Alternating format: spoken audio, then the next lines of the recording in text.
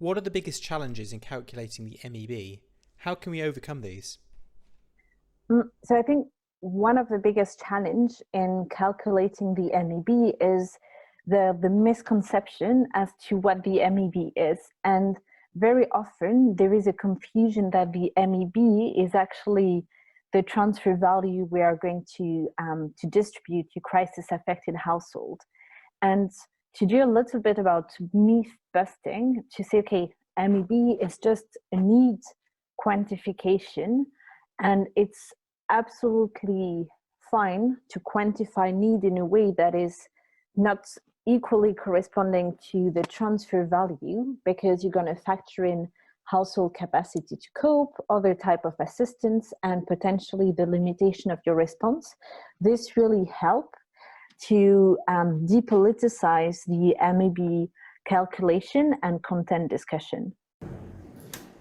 The biggest challenges in calculating the minimum expenditure basket, basically there are coordination challenges and technical challenges. Why? Because the MEB or even the SMEB should include multi-sectoral basic needs. How to overcome of these technical or coordination challenges, we have to follow a certain steps, and we would like to advise a heavy and close coordination with humanitarian sectors, including but not limited to cash working group, food security and livelihood cluster, WASH cluster, on defining what are the key context-specific basic needs and what are the items and their quantities that affected people are in need to survive during a certain period of time. Along with that, we would like also to advise having a float or a marginal amount in the SMEB, considering there are specific vulnerability groups who may end up having a specific needs. Thus, the float will cover these specific needs. The third thing is basically the SMEB or even the MEB should be reviewed by the technical sectors or clusters to ensure that this kit composition is up to date and to avoid building on amount of MEB which is out of date. The review process by the technical sectors should be conducted periodically or as the situation evolves. Okay, so I think one of the top tips for constructing MEBs is to not get lost in the process, but focus on the end result that you want to achieve collectively. And to me, a good MEB end result is an MEB that is reality checked and realistic and rooted in actual behavior. So as much as possible, rely on data, rely on information from reality on the ground to help you get to an MEB that is a realistic depiction of the consumption patterns of those people that you're constructing the MEB for. The biggest challenge is building consensus with all the sectors, agencies, and governments around the process of calculating the MEB. As a result, the process tends to take longer than expected. Building this consensus ensures that the MEB is utilized after it's developed. For example, context where there is existing social protection in place, it's important to have the government buy-in and the government is fully on board in the MEB discussions. Most of the times when the transfer is calculated based on the developed MEB is higher than what the government pays as social transfers, it has most often brought discomfort. And to mitigate this, it requires the process to be all-inclusive, and it requires that there's ownership by all at the interagency level. This requires investment in terms of resources and a qualified manpower dedicated to facilitating the process, who will ensure there's buy-in from key stakeholders. There are a number of good tips in the MEB tip sheet developed by CaLP. For example, it recommends that you should consider 3 elements that are related to inclusivity, such as speed, collaboration, and the level of effort. If inclusivity is strengthened, the uptake of the MEB will be very, very high. The main challenge that is affecting the calculation of minimum expense basket in South Sudan is the issue of prices. We don't have unified prices for the commodities in the market, and this has affected the partners in that if they go and get the prices in the market, they have a variation, and at the end, clusters will not agree on which price will be considered in calculating the minimum expenditure basket in Cash and Voucher Assistance. 2, we also have a problem in that we cannot able to predict and give the actual money that will be charged. Like if we are going to use money, okay, mobile money transfers, we cannot able to determine how much they will withdraw, the customer, no, the beneficiary will be able to withdraw the money in the bank. And these charges that are put in by the service provider, financial service provider, it will be very difficult for the partners to fix it in the minimum expenditure basket. Thirdly, we don't have joint market monitoring activities that are happening currently to unify the regional prices, and we compare also with the other neighboring countries. So it is very difficult that we are not able to calculate this one very well. And the last one is the capacity of staff in South Sudan. They are not well equipped with the knowledge of cash and vouchers. It's a new modality, so people are still struggling to fix themselves in the modality. When it comes to calculating the MEB, there can be a number of challenges, of course.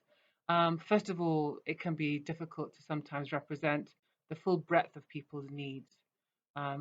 That can be a challenge, and it's really important to get the right people around the table to enable us to do that. That can be tricky with some services such as health, because in some countries, not in all, but in some countries, health is either a very, is available at the point of service, or it can be very difficult to identify what aspects of health you're talking about. So by getting the right people around the table, that can help you to solve that problem.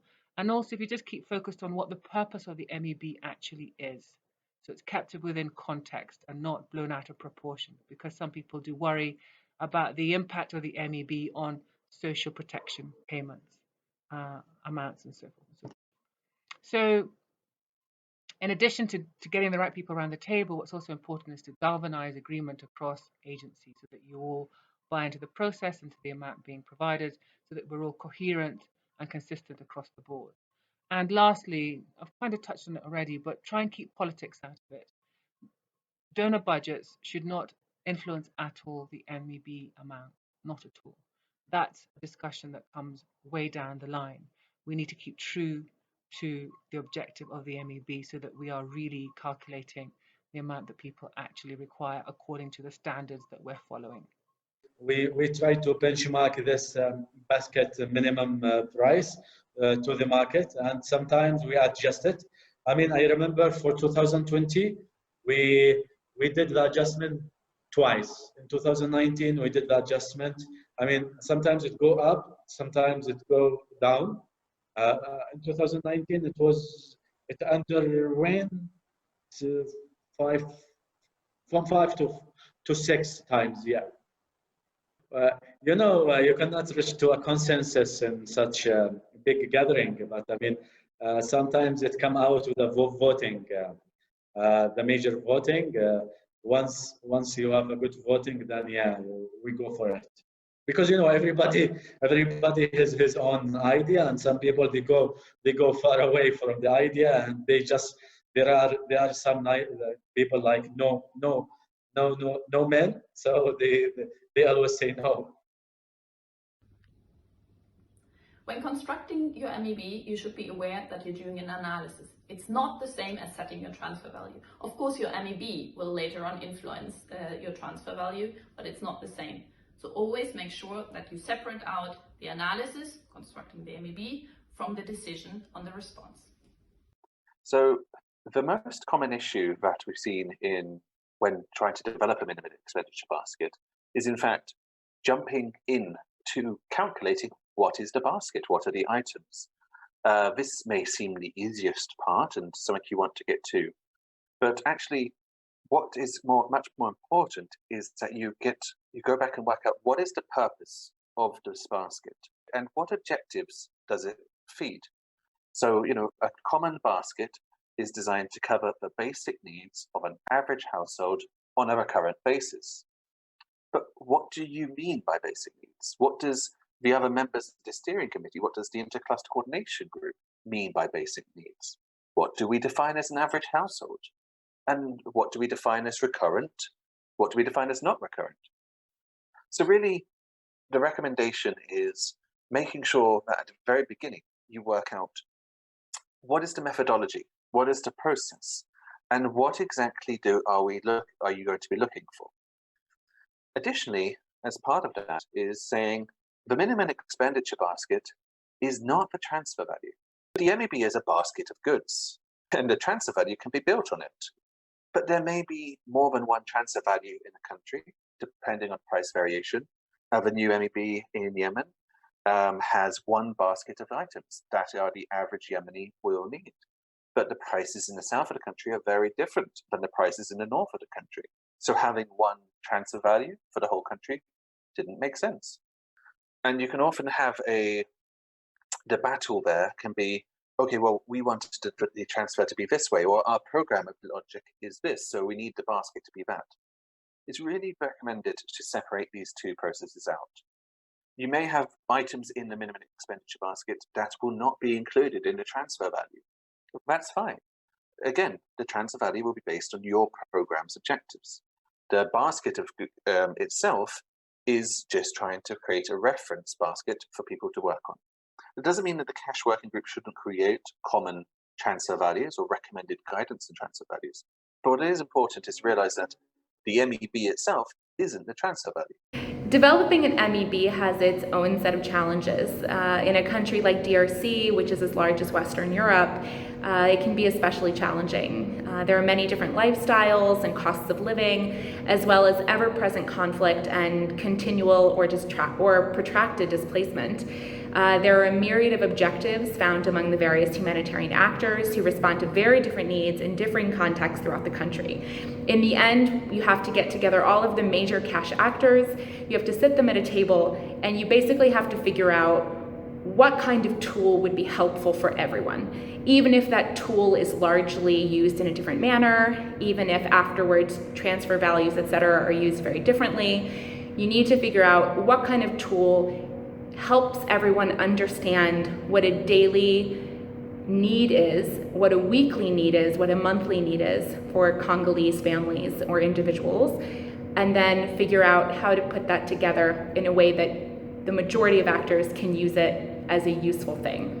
For the questions related to MEB, my response is that in many examples, and even in my experience in the past, minimum expenditure baskets, they are often calculated based on the expenses that what a household is spending per month. But an acceptable MEB should be calculated on minimum consumption of a household requirement in the humanitarian crisis that must ensure the right to food, drinking water, hygiene, shelter, clothing, life-saving medical care.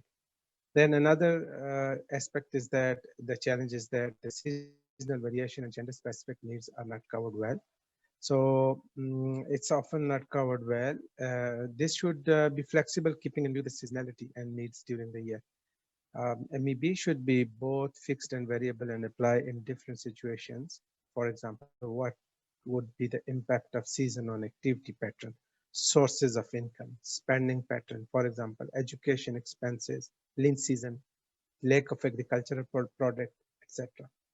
Another challenge is that there seemed a lack of coordination between humanitarian protection and CVA actors on MEB. So as I earlier mentioned, that this should be mainstreamed at all levels, even during the calculation of transfer values and MEB. Then another challenge is that MEB should be calculated within the stipulated time. It often takes more than the anticipated time. Sometimes organizations are not well prepared and they outsource this. They don't have internal resources, human resource to conduct this activity. So during the crisis, if a third-party contract is issued, it takes longer time than anticipated. So in that case, it affects the time, create hurdles, or sometimes project lifespan is short, or in emergency setting, the time is critical and people are in need. And in other many examples, point of sale are at distant location and people spending fares and transportation cost and fees are not included in MEB.